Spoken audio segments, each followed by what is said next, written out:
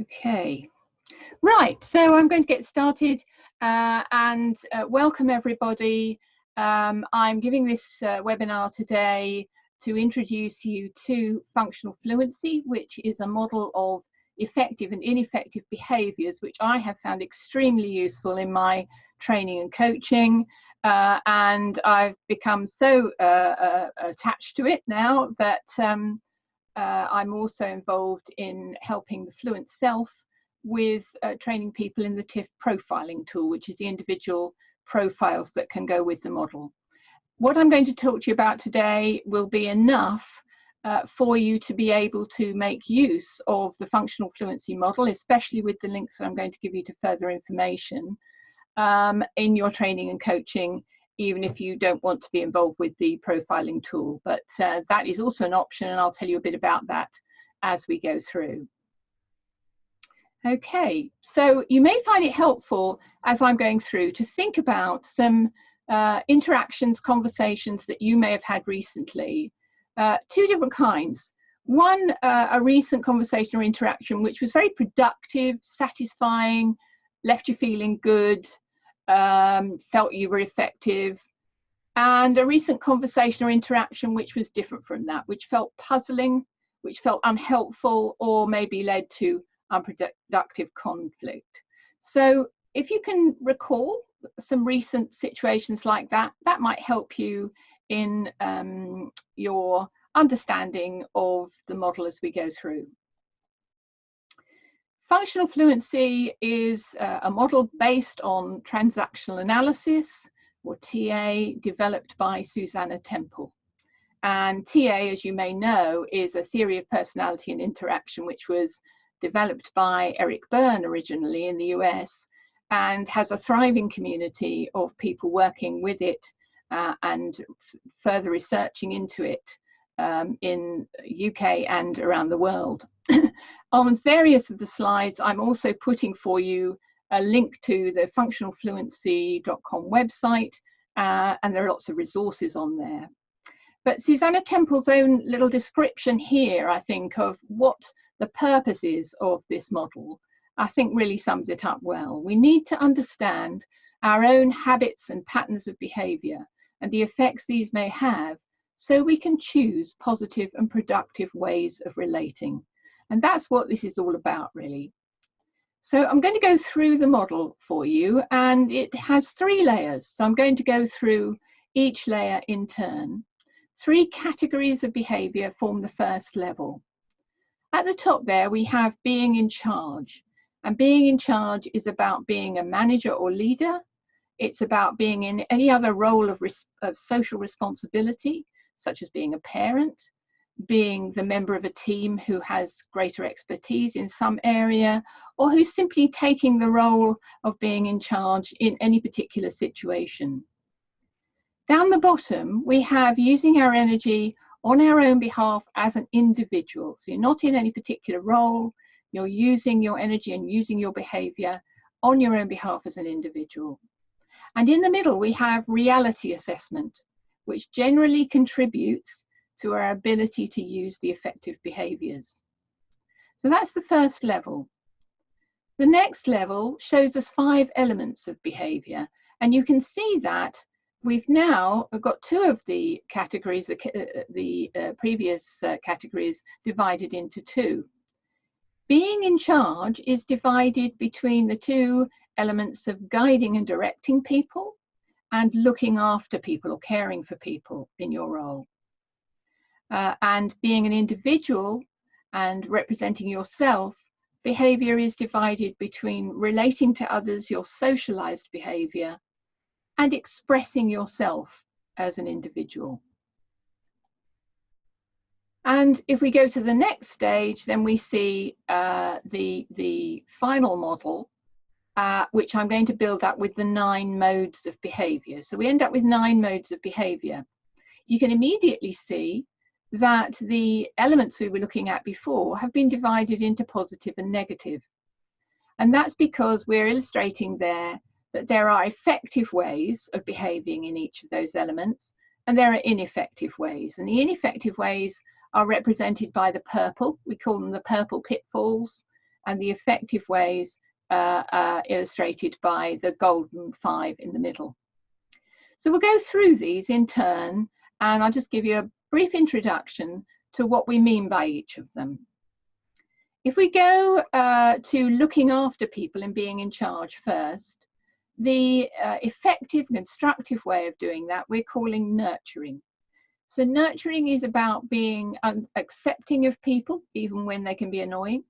It's about being compassionate and understanding, and it's about cherishing people. If people were plants, you would give them water and food. It's about nurturing people and taking account of the abilities they have to do things for themselves.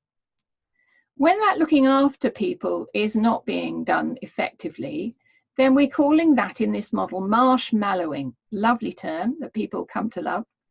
And marshmallowing is about when we rescue people, when we do things for them instead of enabling them to do things. And also when we are overindulgent or over-intolerant of other people's behaviour, perhaps because we want to please them. If we go to the guiding and directing, we can see the effective behaviour in that section is called structuring. And structuring is a very rich area, and it's one that people I find often don't understand as well as they think they do. Structuring is about providing a structure which enables people to perform to high expectations and having high expectations of them. It's about being well organized yourself, and it's about inspiring people to achieve. And when guiding and directing is not being done effectively, then we're calling that one dominating. And this is the sort of critical behavior, fault finding, I know better type of behavior, which is ineffective and can lead to conflict. If we go down to the bottom, to the being an individual, using energy on your own behalf, then that in the relating to others section, the effective behavior is called cooperative. And cooperative is about being assertive on your own behalf, but also treating people equally, being friendly and helpful, and negotiating. Negotiating is a key aspect of that cooperative behavior. There are two ways that we relate to others which are less effective, and they're sort of two sides of the same coin, really. So there's being compliant, just rolling over and doing what somebody else wants, or there's being resistant, the defensive, rebellious behavior that you might sometimes meet, or might be aware that you sometimes use, because we all fall into the purple pitfalls at some time, even when we are trying sometimes to be as effective as we can. Now, if we look at the being an individual expressing my own self section, then the constructive way and effective way of doing that we're calling spontaneous. And spontaneous is about being your own creative self in your behavior. So expressing ideas, maybe using humor in an appropriate way, but showing your individuality in the way that you express yourself and feeling able to do that. Expressing my own self in an ineffective way, the behaviours there we're calling immature, because they are behaviours that people have tended not to grow out of. So the temper tantrum is in there, and you will find there's also recklessness, egocentricity, generally behaving in ways which don't take account of the effect of your behaviour on others. So in the middle, the reality assessment, we haven't mentioned that again yet. The behaviour that goes with that is called accounting. And accounting is generally going on inside your own head. So accounting is the way that you can move from the purple pitfalls to the golden 5 behaviours, and is about taking account of reality. And we'll say a little bit more about that in a moment. So there we have the effective behaviours, the ineffective behaviours, which we explore in much more detail, of course, in using it in training or in coaching. Here's another picture of the model, which just shows you a few of the descriptors which go with each of the modes. And they're the things that I've been describing to you just now. Each of the descriptors in the profiling tool, which I'll speak a bit more about in a moment, each of those descriptors, there's 6 of them for each mode, but you've got a sample of them here. Now, something else to say about the model at this point is to point out that emotion being hooked is connected with the purple pitfalls. When people are behaving in a dominating or marshmallowing mode, then they are likely to hook the emotion of others and are likely to get a reaction which is from the compliant, resistant or immature areas. Equally, when people are behaving in compliant, resistant or immature ways, leaders and managers, and indeed parents sometimes, will feel themselves drawn into behaving in dominant or marshmallowing ways. And this is because their emotions get hooked, and therefore functionally fluent behaviour, as you can see, needs also to be emotionally intelligent behaviour. So if we go on to looking at how we can actually make use of this, any event evokes thinking and feeling in people, and those fuel what we do. But we do have a choice. If we can take account, if we can manage emotion, and that might be an if, but it's what goes along with being functionally fluent, managing emotion, taking the edge off the emotion, and taking account of what's going on enables us to make a choice of the effective behaviour instead of the ineffective behaviour.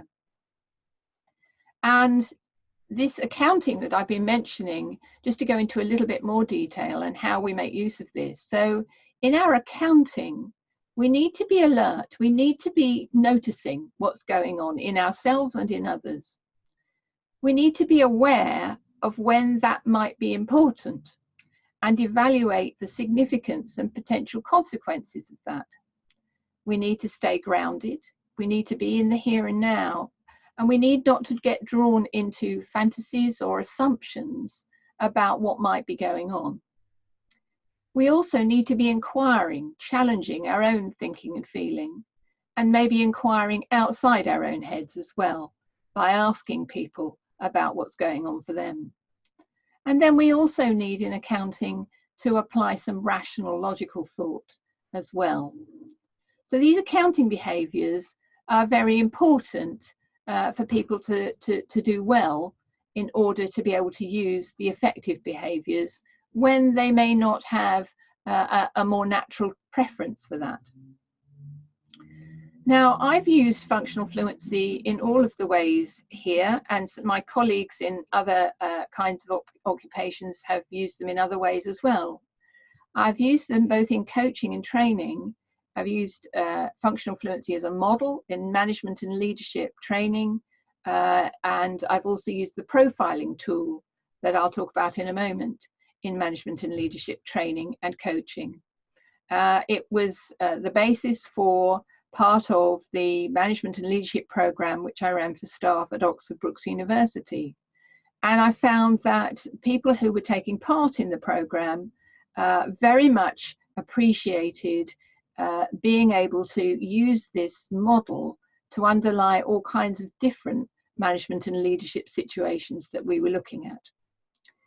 It's important to notice that we use all these behaviours inside ourselves as well as with other people. So it's very useful for working with people on their personal resilience and well-being as well. We can dominate ourselves. We can certainly marshmallow ourselves as well. And in team working, functionally fluent teams are likely to work best together. So it can be a useful model to share with teams to enable them to see what might be going on when they are working well together, and what might be going on when things are not going so well.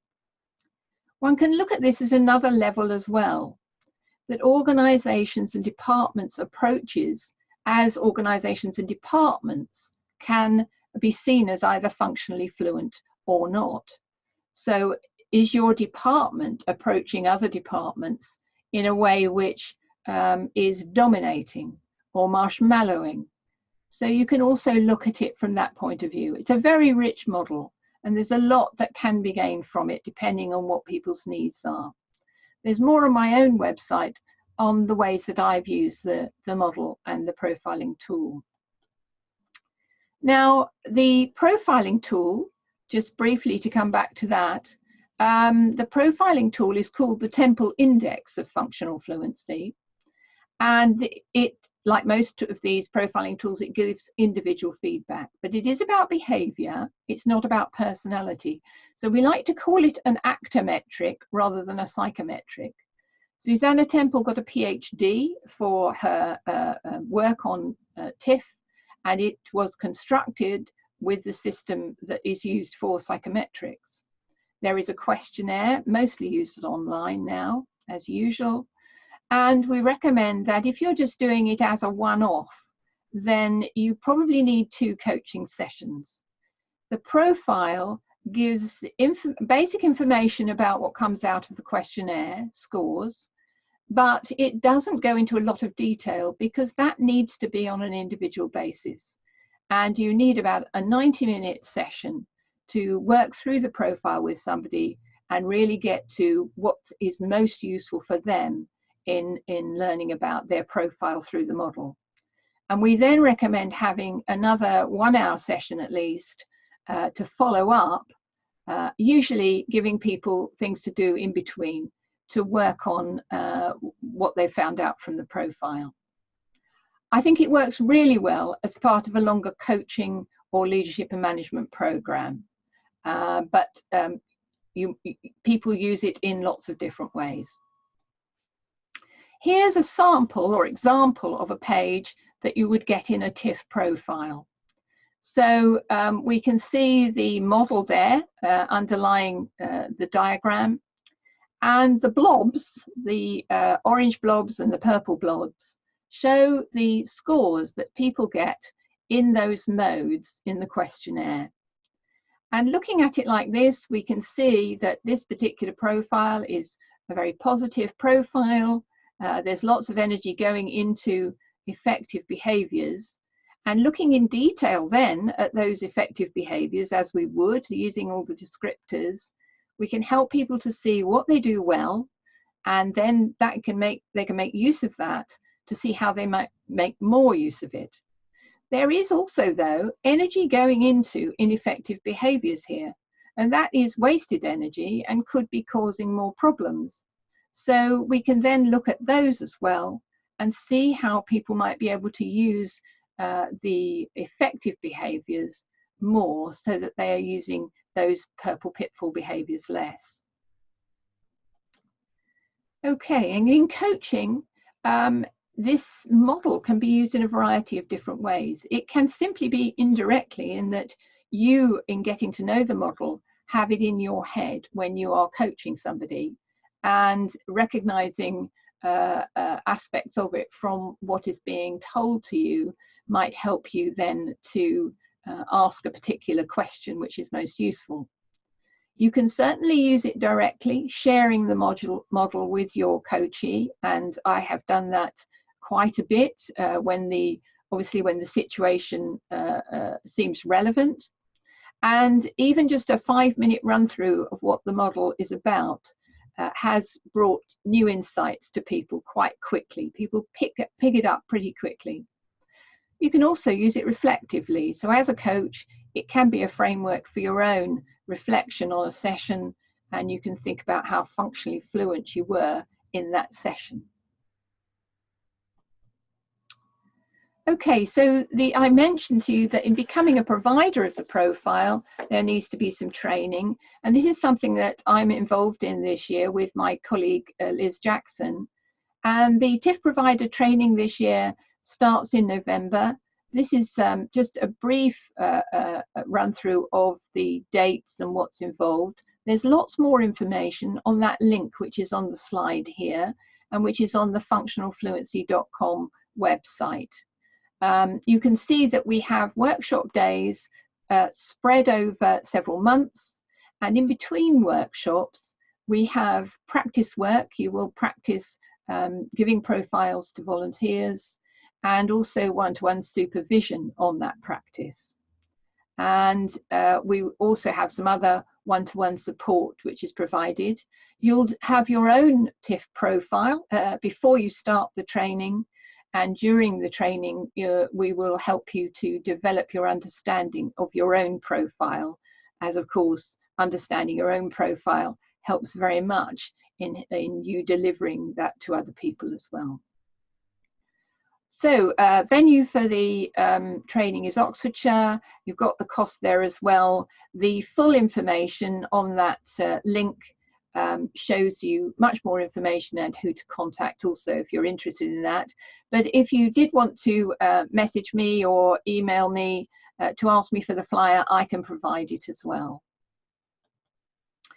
Here's some further information for you. I've mentioned the functionalfluency.com website, and the resources tab there has further explanations of the model and its development written by Susannah Temple. Also her articles about its connections with other aspects of TA, if you're interested in that, and how she developed the model.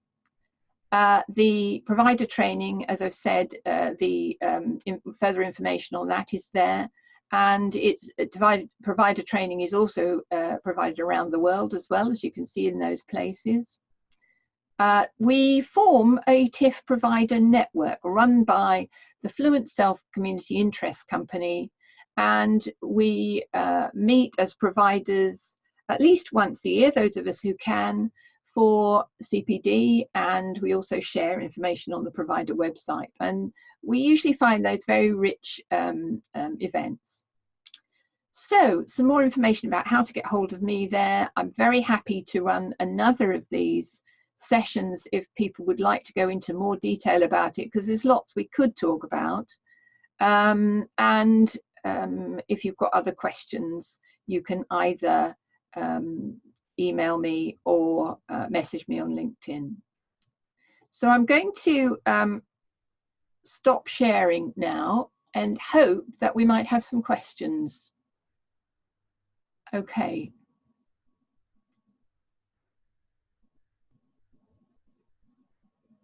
Yeah, somebody has questioned how it links with TA. I think that as many people here may not know about TA, I would be best to refer you to the resources which are on the Functional Fluency website for that. Or I can also discuss with you separately or give you some pointers to that in email. But I can certainly point you to what Susannah has written on that, and I think that's probably the best way of being able to answer it. Does anybody have any other questions that they'd like to put?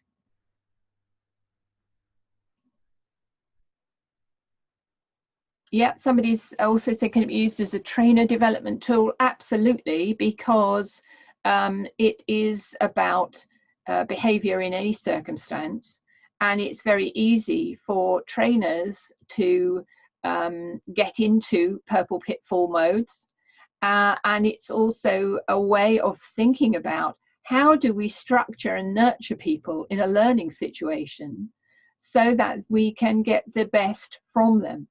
And I think that the structuring and nurturing aspects of various roles of social responsibility is a very rich area for us to look at. One of the things that I have found in working with people on leadership and management and functional fluency is that people, especially who have a more controlling way of using their management skills and management style, more controlling management style, may not be clear about what we mean by structuring and what the options are for structuring, especially if they haven't had role models. So going into more detail about what we mean by structuring and enabling people can be a very fruitful one. How long has TIFF been available? Is it known to organisations, training departments? Well, it's been available, I suppose, for about 5 years. So it's relatively, we haven't got the time limit. That's great. It's been available for about 5 years. It is beginning to be known to organisations and training departments. It's not very well known at the moment. And that's one of the reasons why I'm being involved and doing this webinar, is because I want it to be better known. I think it's hugely valuable. I think it's unlike other profiles that are available, although I also use some of that, have used those. And I think that once an organisation gets to know it, then they can recognise the value of it. There are articles on the Functional Fluency website about how it has been used in different organisations in the UK and also in other parts of the world. And I can put you in touch with TIFF providers and functional fluency providers who use it in other organisations, if that would be useful. What have we got here? Have you done this? Could it work in a team environment? Yes. The team with team members seeing each other's profiles. Team members wouldn't see each other's profiles. The profiles would be private to people, but then people would have the option of sharing things about themselves in a team situation. So you could use this in a number of different ways in a team environment. You could use just the functional fluency model and help people to understand what's going on, maybe when they're in conflict, and what works best when they are working productively together. You could also, as a TIFF, if you're a TIFF provider, you could provide individual profiles to each member of the team and then run a team session where people, with that knowledge of their own profiles, share things that they're willing to share about what they've learned through that. It would, in other words, be a much more informed team discussion then. We have some materials on our provider website for using TIFF, the profiling tool, with teams. So there's lots of guidance. If you become a TIFF provider, then there's lots of materials available to you that will enable you to use that with teams and with others. Okay, so I hope that's helped to answer some of those questions. And if I haven't answered those questions adequately for people, do message me again privately, and I can happy to have a further chat with you about it. Or a smaller group of us could set up another session and talk more about it. So, you know, that's something I'm open to doing. Do consider the TIFF provider training. As I say, I used functional fluency for a while before I became a TIFF provider. But then when I became a TIFF provider, I understood in more detail the model myself, and it enabled me to make much more use of it. I've got another question. In which situations is the model not really ideal? Thinking about a negative is a bit of a difficult one, really. I certainly wouldn't say that I use it all the time. In coaching, I use other models as well. I use other TA models and other models from outside TA. Certainly, it's very helpful for people in management situations where, for example, they are stressed, where they are having difficult relationships with people. But it wouldn't necessarily be the only thing that you would need to work with people on. And it wouldn't always be the first model of choice. It would depend what the situation is. I'm having difficulty, I'm afraid, thinking of a situation that I wouldn't use it in, simply because I haven't prepared to do that. But if people want to know more about their personality traits, for example, then you perhaps wouldn't use TIFF. But even when people know about their personality traits, that doesn't help them to identify the behaviours they're using that are effective and the behaviours that are ineffective. So, you know, there are other psychometrics that will give people different information, but it's a different kind of information. There are certainly situations in which it wouldn't be the first thing I would go to, but there have been quite a lot that it has been useful for. Any other questions before we finish this session? When is a primary example of the best situations in which to use this model? Well, perhaps I could give you one or two examples. So certainly conflict, and I'm also a workplace mediator, and holding this model in my head, it's very helpful when I'm working with people in mediation.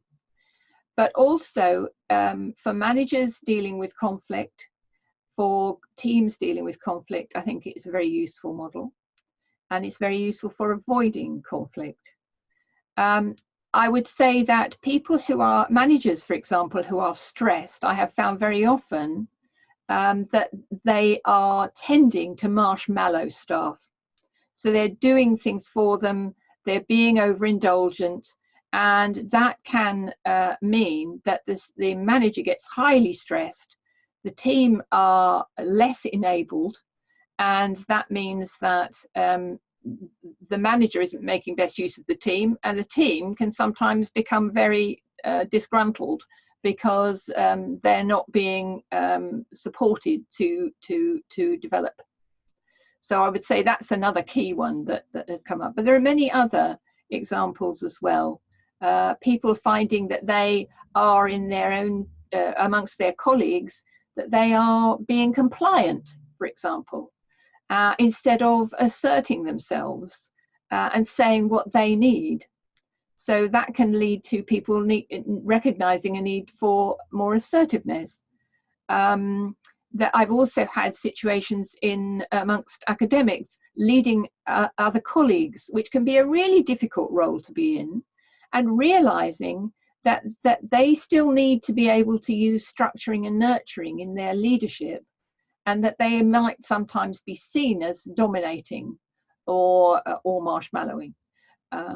Doing structuring and nurturing together is the best way of making use of it. Somebody's asking if it can sit very well alongside assertiveness training. I'd say yes. I'd say it's a very good complement to assertiveness training. Okay. Oh, we've got one more thing.